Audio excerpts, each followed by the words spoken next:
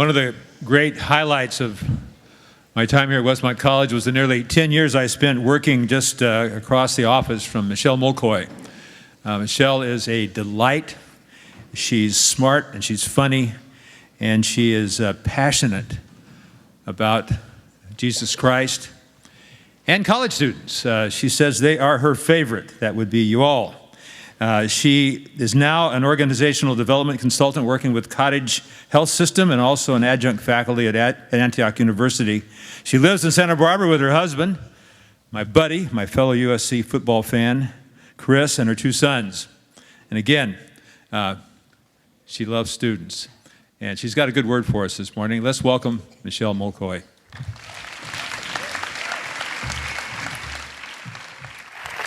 Good morning, Westmont. I have missed you.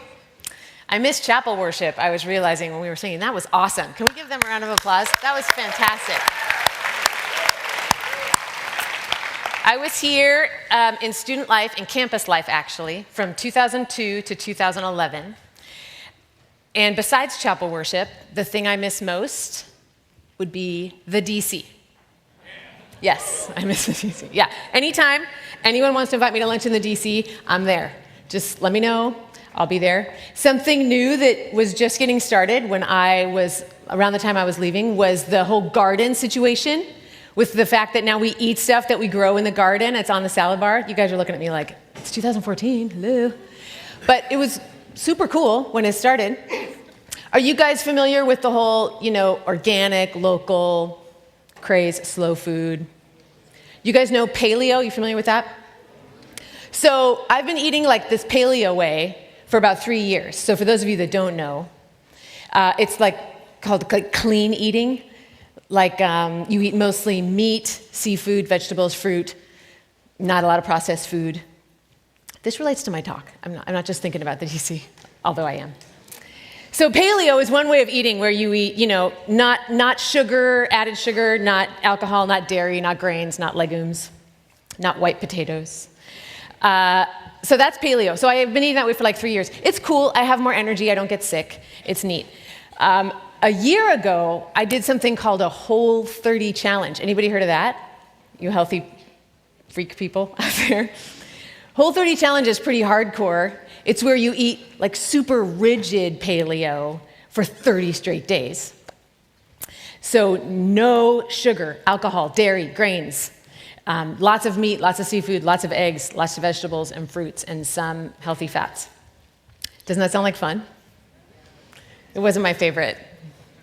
It was a hard 30 days. The first 30 days, they say, are hard because your body is detoxing from all of the crap that you usually put in it. And so you get headaches and fatigue and general lack of energy during the beginning part. If you're me, you're cranky, you're impatient, and you really, really just want to eat a donut already.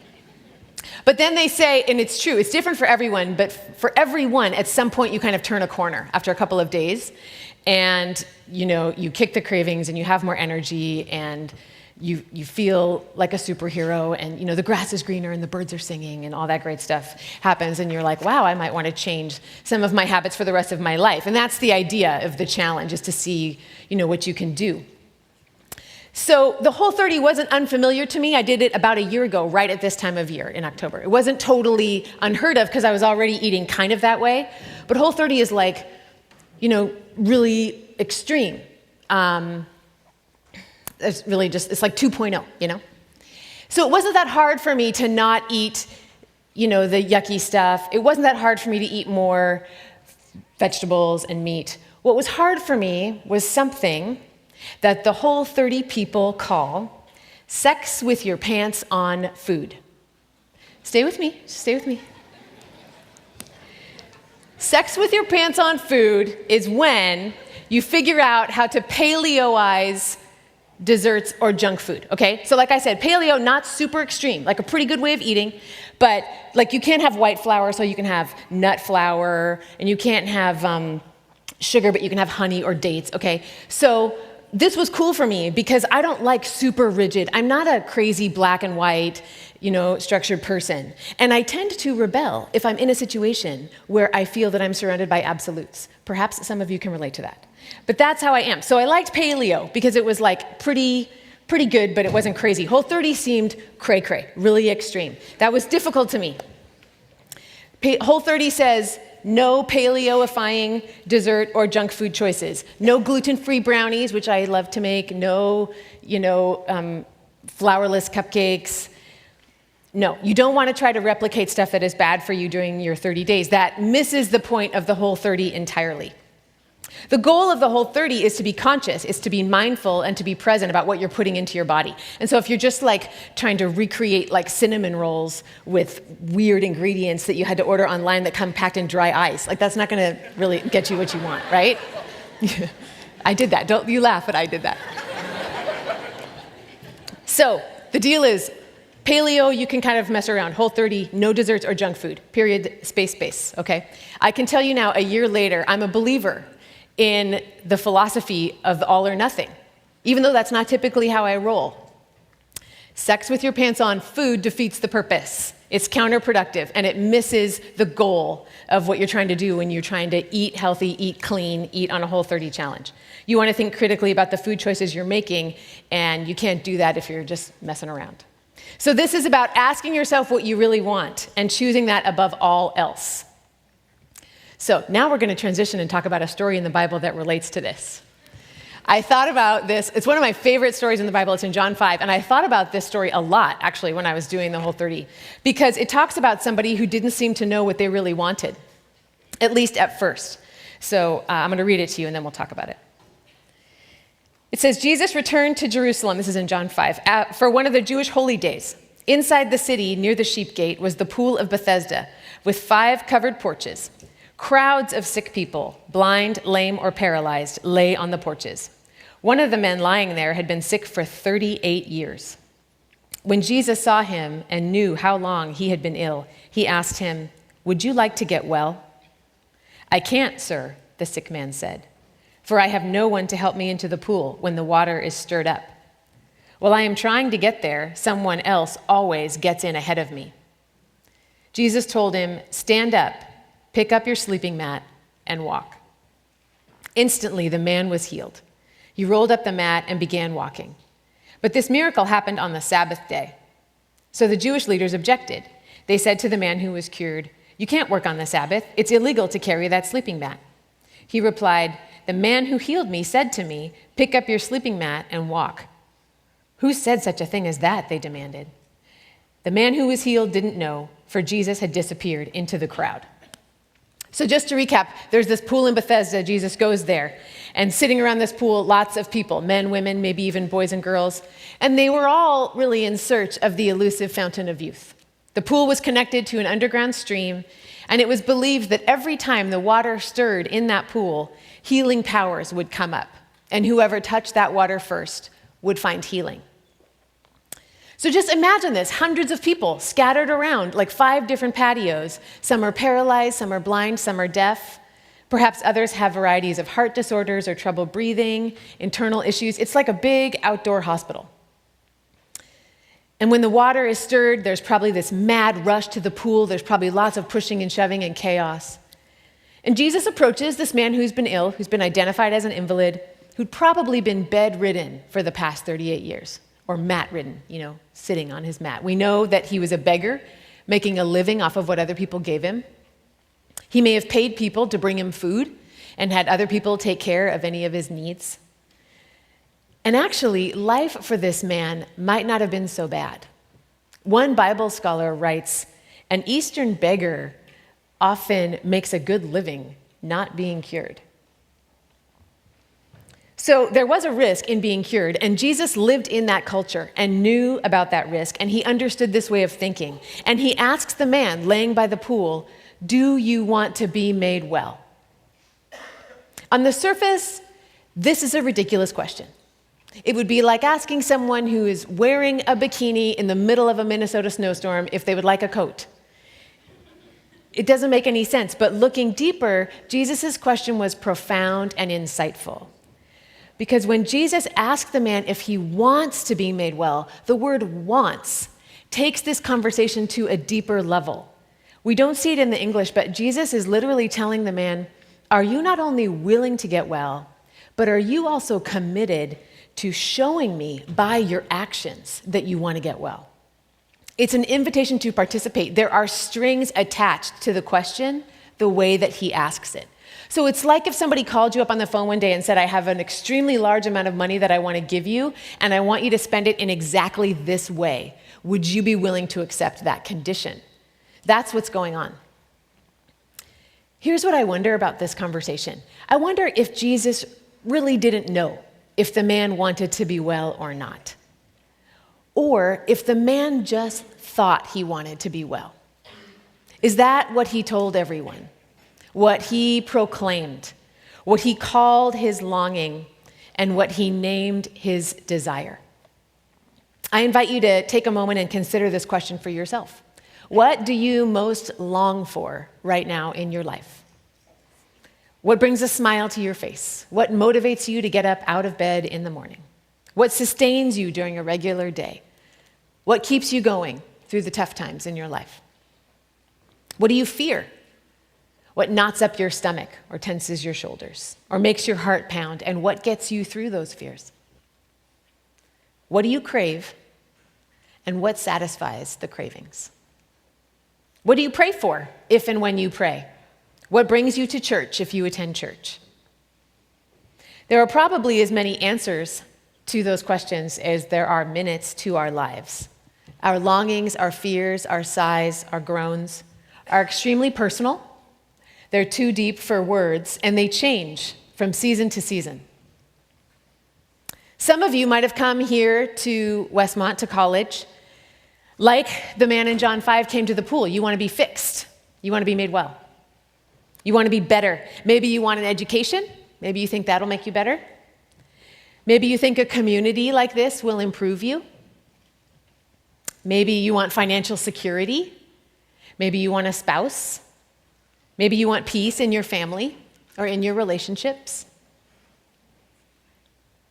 Maybe you came here this morning feeling like you are on the rack, just getting pulled in so many different directions by forces beyond your control.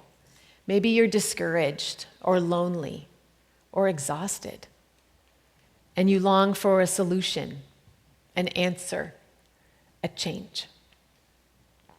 Some of us might not even feel comfortable calling this longing God because maybe we've been hurt or we felt abandoned by those who were supposed to care for us.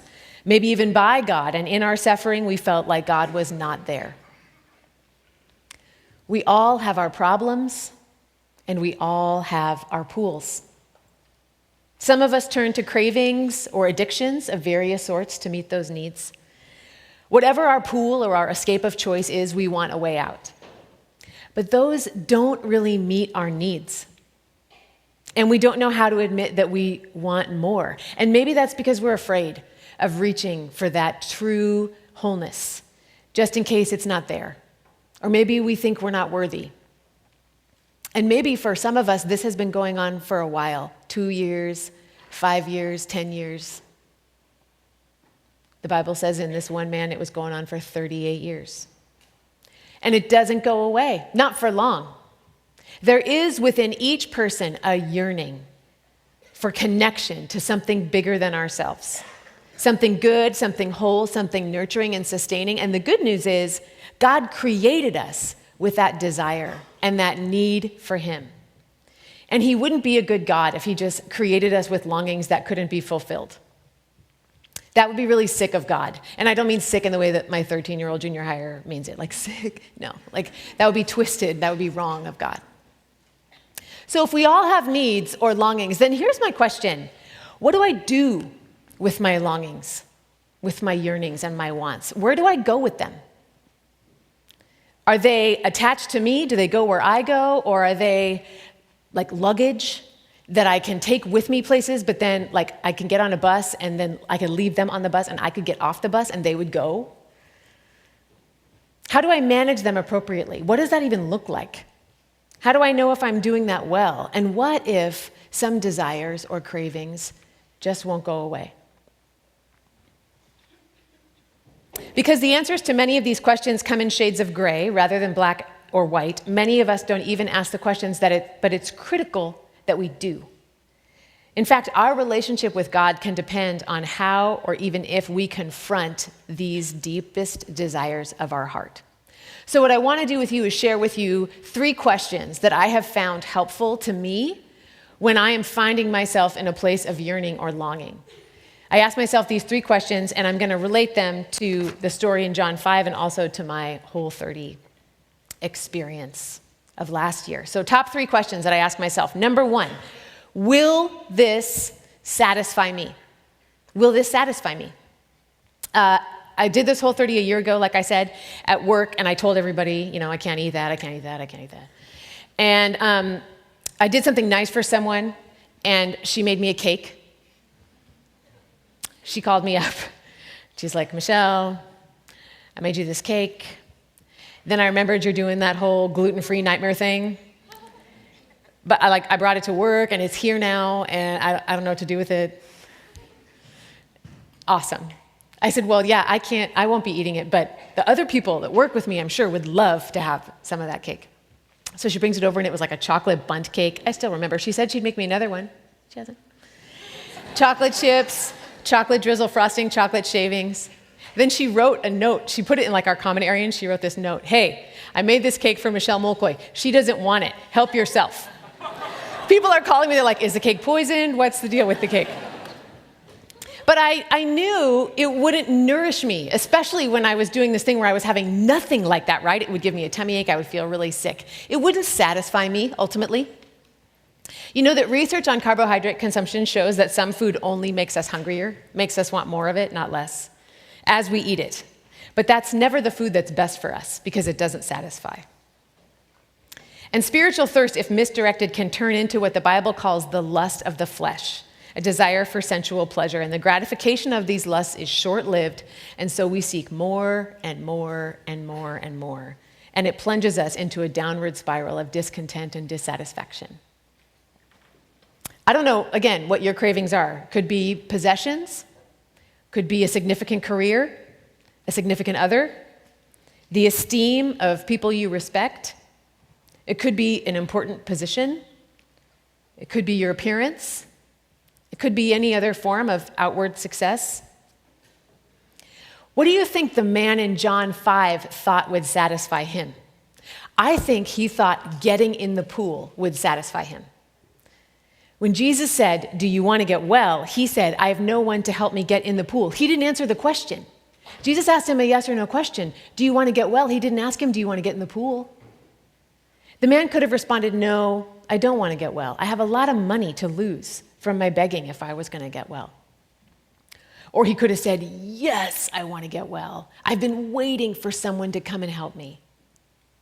But he says neither of those things. He didn't answer the question. He simply says, that's not going to happen. Some of us say we want to get well, but we really mean we just want to get in the pool. People say they want to get out of debt. They keep spending money. They say they want to get in shape. They don't get off the couch. They say they want to honor God, but they misrepresent him. So the question becomes, do you really want to get well? Or do you just want to swim around in the pool for a little bit? Because only one of those answers leads us to Jesus.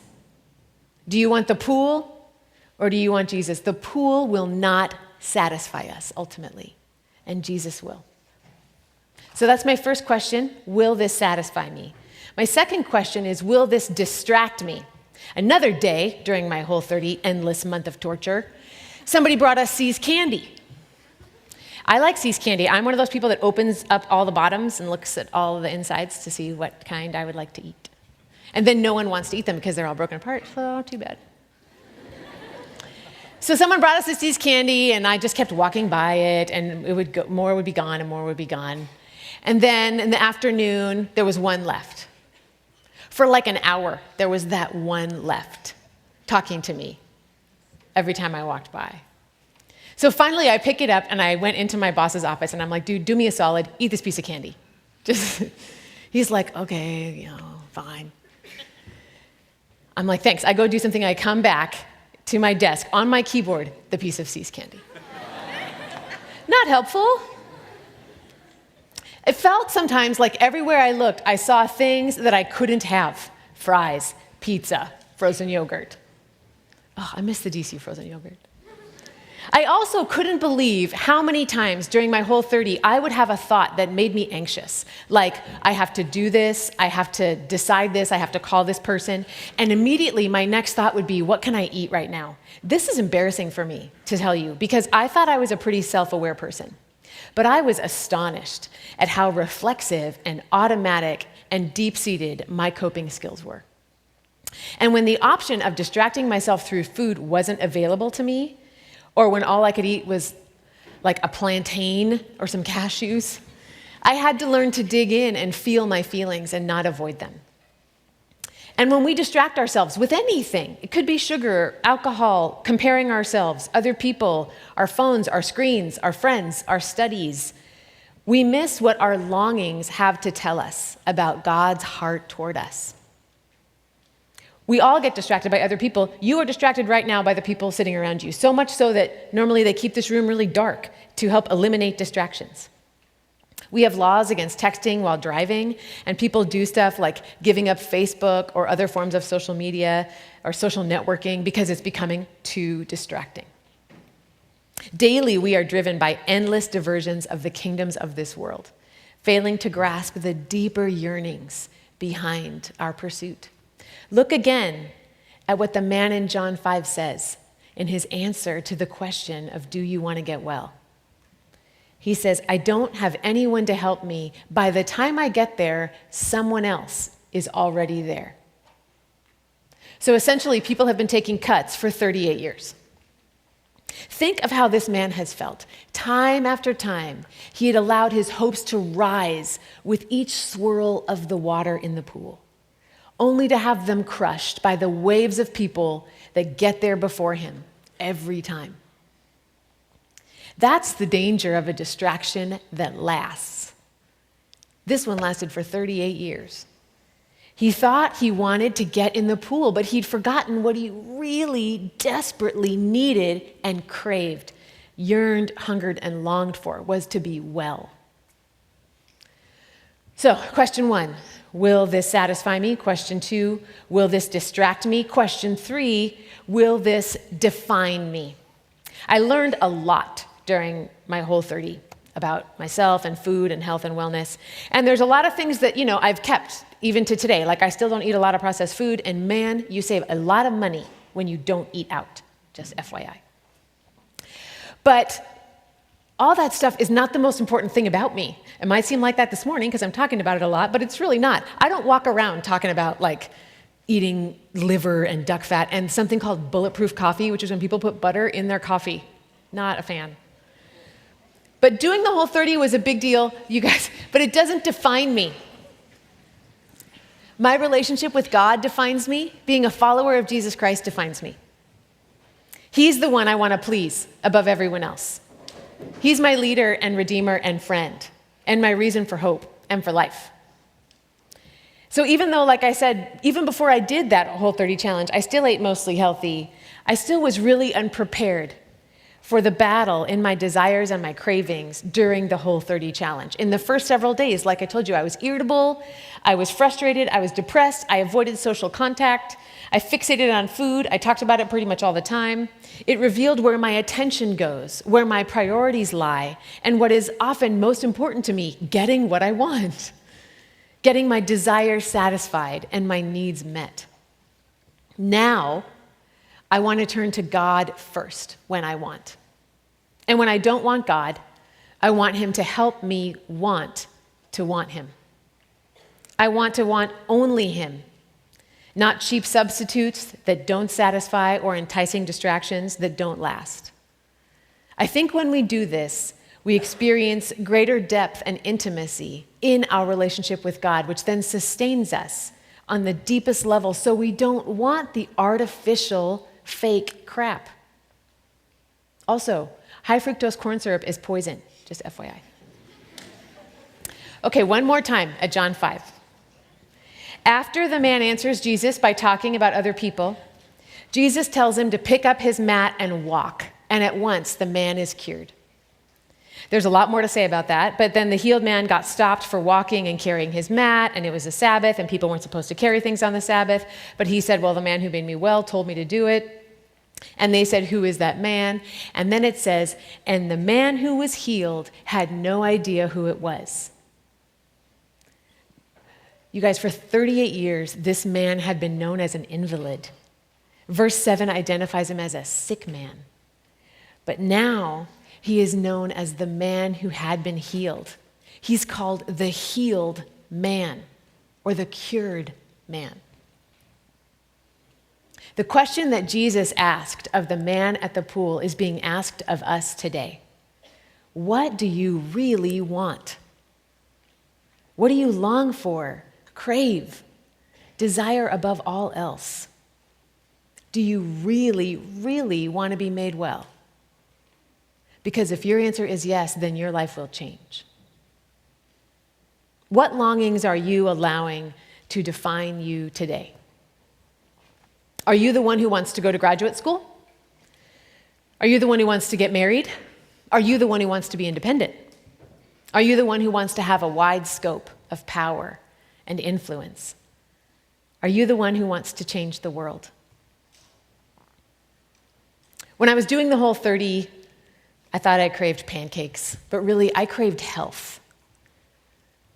I thought I longed for treats, but my deeper yearning was for purity and wholeness and healing on my insides. Your thing could be food. It could be education. It could be achievement. It could be relationships. It could be alcohol. It could be work. It could be sex with your pants off. It could be Instagram. It could be online shopping. It could be online gaming, looking at your phone every 5 seconds. It could be your phone. Whatever it is that you are using to numb you to your deepest desires. Instead of wrestling with it, with the boredom or the illness or the loss or the grief or the emptiness or the loneliness or the rejection. This thing, whatever it is the middleman. It's the pool. It's the means to the end, and the end being the goal of masking your pain of your past, the goal of altering your emotions, the goal of anesthetizing yourself.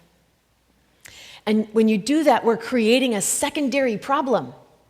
When the original problem becomes too uncomfortable, we make it about the pool and about avoiding our messy and magnificent life. From what the scripture says, we don't know if the story of the man in John 5 is a story of faith. There's no indication that the man ever made a move towards Jesus. We don't know if he ever became a Christ follower or not. I wonder what the story will be of us and our longings. Will we be content with substitutes, with a little bit of God, just enough to help us get in the pool with everyone else? Or will we allow him to make us well, to transform us from the inside out like only he can? One of my very, very favorite quotes in my whole life I got from Ben Patterson. He quoted C.S. Lewis to me all the time, especially this one. Our Lord finds our desires not too strong, but too weak. We are half-hearted creatures, fooling about with drink and sex and ambition when infinite joy is offered to us. Like an ignorant child who wants to go on making mud pies in the slum because he cannot imagine what is meant by the offer of a holiday at sea. We are far too easily pleased. So this morning, I want to encourage you not to be too easily pleased. Don't try to get out of that state of wanting more, out of dissatisfaction with what is, out of holy discontent. This is a mark of your generation. And it is awesome. That state is driving and calling you to God. Keep craving God. Keep seeking true life. Search for the most meaningful satisfaction there is because it is there. Don't accept substitutes. Don't engage with distractions. And don't allow any other primary definition to be placed upon you except that of a child of God. Commit to God and his highest and best for you. And if you can't do that right now, this moment today, ask God to help you want to do that. Ask him to help you want what he wants, to help you want to want him. I'm going to close us in prayer by reading Psalm 63.